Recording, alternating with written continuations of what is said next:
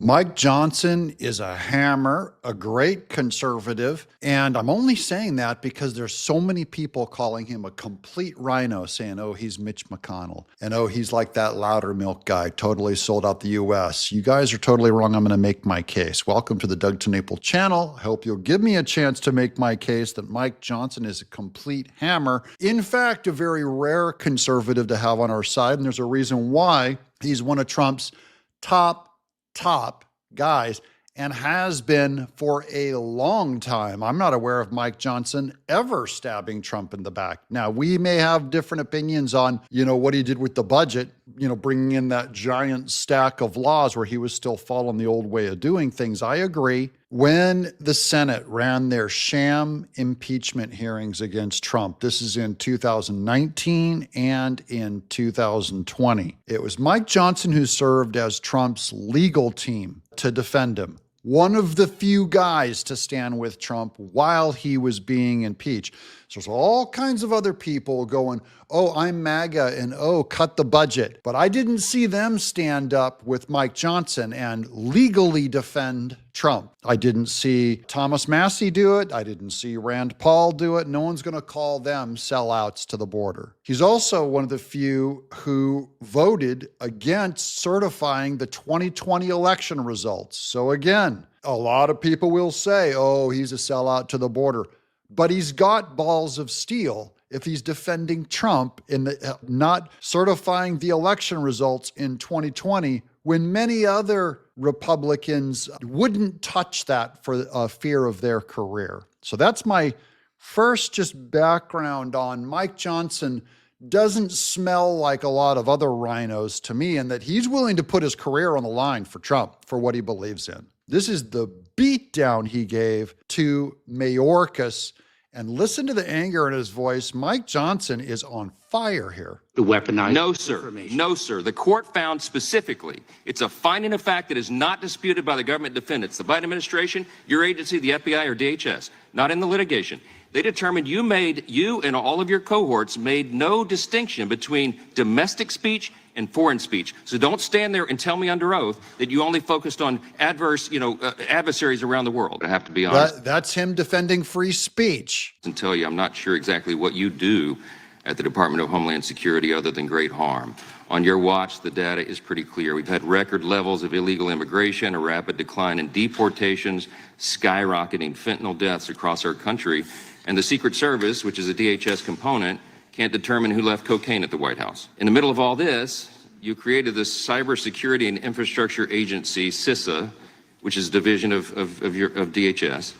And it's one of the Biden administration agencies that colluded with and coerced the social media companies to censor Americans' protected free speech online. Now, once again, there's my free speech guy. If you're for free speech, I'm all for you.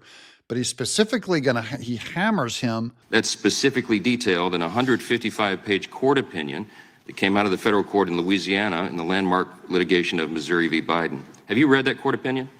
Congressman, I have not. Now, Missouri v. Biden specifically brings up Facebook and I believe Google on protecting our free speech and ability to speak online. Specifically, I believe about the election.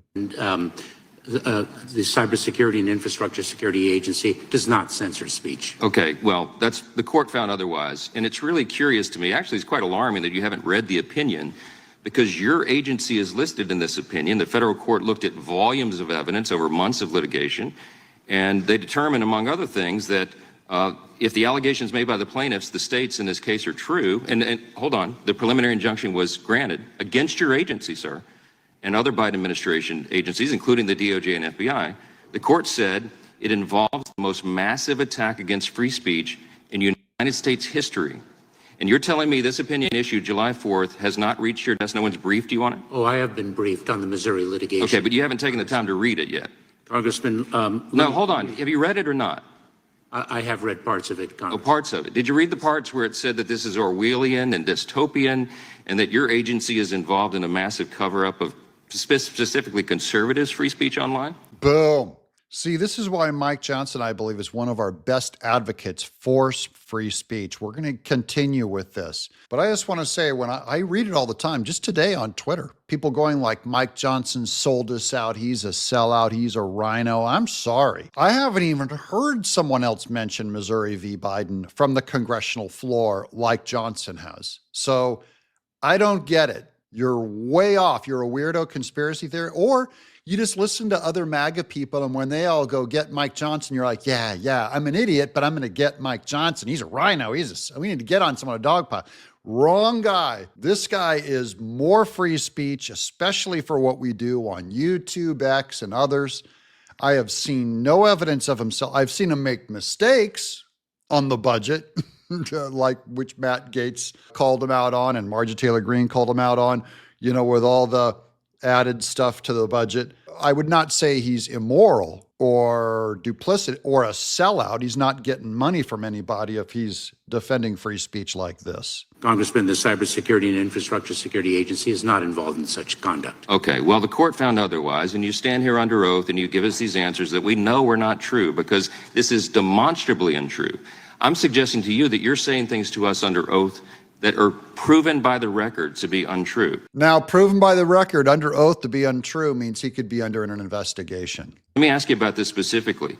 CISA was created to, we call it the Misinformation and Disinformation Subcommittee of CISA. You familiar with that? Congressman, the MDM subcommittee, you're familiar with that? Congressman, I am very well aware of the threat of disinformation emanating from adverse nations. Are you familiar with the subcommittee? Just answer the question. I am. Okay. Does it still exist? Congressman, are you speaking of the... Does the MDM subcommittee still exist? I would have to get back to you on that. Okay. All right. Kind of a big deal in your agency. I'm kind of shocked that you don't know the answer to that.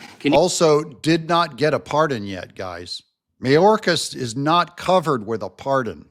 I believe he's the key that we could still go after and get everything exposed about the corrupt Department of Justice. Can you define what misinformation is?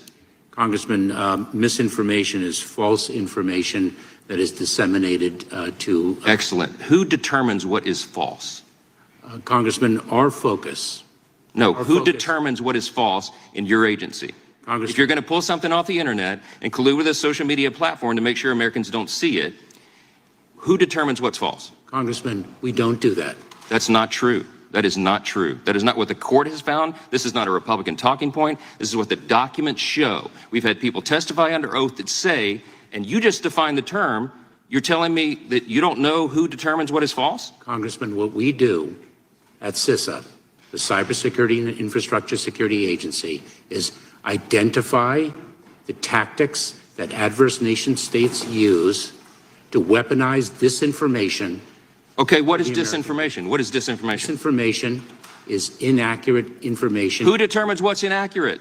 Who determines what's false? Do you understand the problem here? The reason the framers of our Constitution did not create an exception for quote-unquote false information from the First Amendment is because they didn't trust the government to determine what it is. And boom. No one else says that, guys. Just Mike Johnson. You look at him. He's angry. He's on fire. That's my guy. You have whole committees of people in your agency trying to determine what they define as false or misinformation. That is not true. Well, then what is true?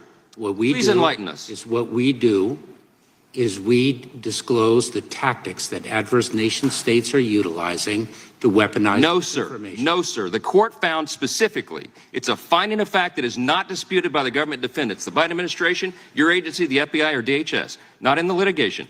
They determined you and all of your cohorts made no distinction between domestic speech and foreign speech. So don't stand there and tell me under oath that you only focused on adversaries around the world, foreign actors. That's not true. Congressman, the Missouri case, the litigation to which you refer, is the subject of continuing litigation. But the facts were not disputed, and I so regret that I'm out of time. I hope I get some more yielded. I yield back. Yeah, I hope he gets more time too. In the meanwhile, when people start saying Mike Johnson is a rhino, a Republican in name only, I just want to find any other conservative Republican, anyone in MAGA that is this angry and this articulate at defending free speech at quoting Missouri versus Biden, at going after the specific definitions of misinformation. This goes all up and down our government. Mike Johnson is a patriot, full MAGA, and that's why I'm spending this whole video. I just defended him. And now you know not to make the same mistake just because your ignorant friends call him a rhino. I'm Doug in exile.